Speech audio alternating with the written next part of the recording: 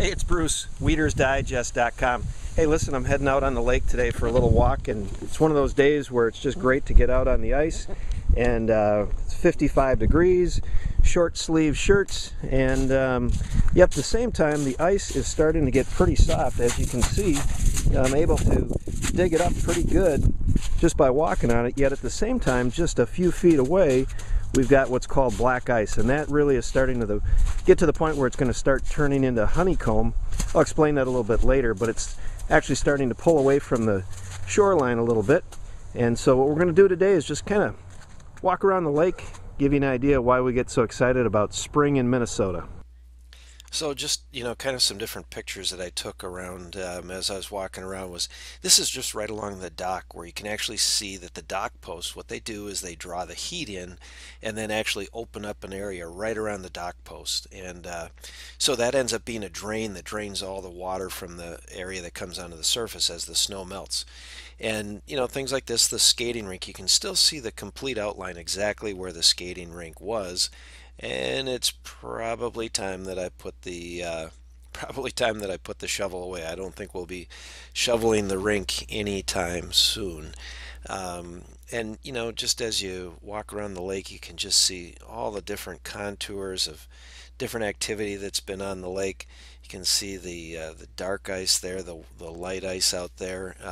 This actually shows where kind of along part of my shoreline I've got 750 feet of shoreline, and so that part of it is cattails, and really it's kind of the pond side of the lake, and then the other side is more the lake and swimming area.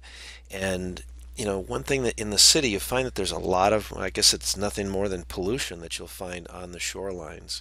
So that was kind of an oily surface. This you can actually see the cross-country ski tracks literally going right through and right to an area that's now open water.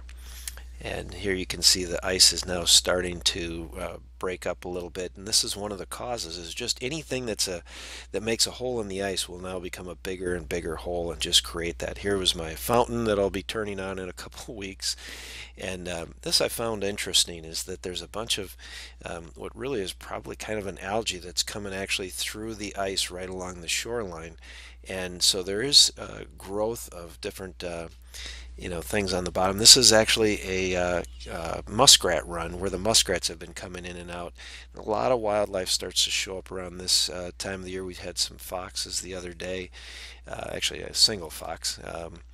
This is a big boulder that's off my shoreline, and the heat is drawn in by the sun, causes it to melt right over the surface of it.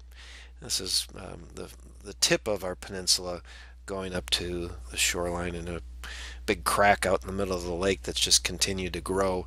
And then it went all the way up to this point. This is about a half-mile long crack that you could actually trace.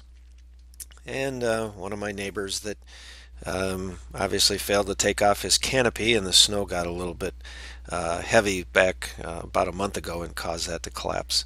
And the ducks are starting to come around. This is at the very end of the peninsula. We had some real shallow water. Normally that would be covered, but this last year was quite shallow.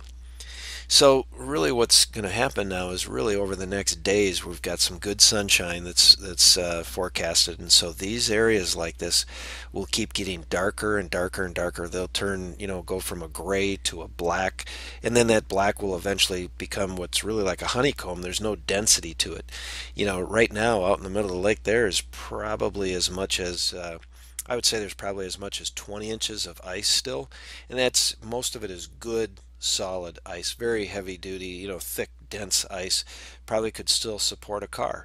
But what will happen is that the water starts to run. It's a little hard to believe when it's 20 inches thick, but the water will start to run through there, and as it runs through, it just causes it to break down. And as it breaks down, it gets more and more porous and turns to like a honeycomb, and then it actually will oftentimes just sink. It'll sink to the bottom. One day you'll have ice, the next day it'll all be gone. So as I walked around the lake, just taking different pictures, I found,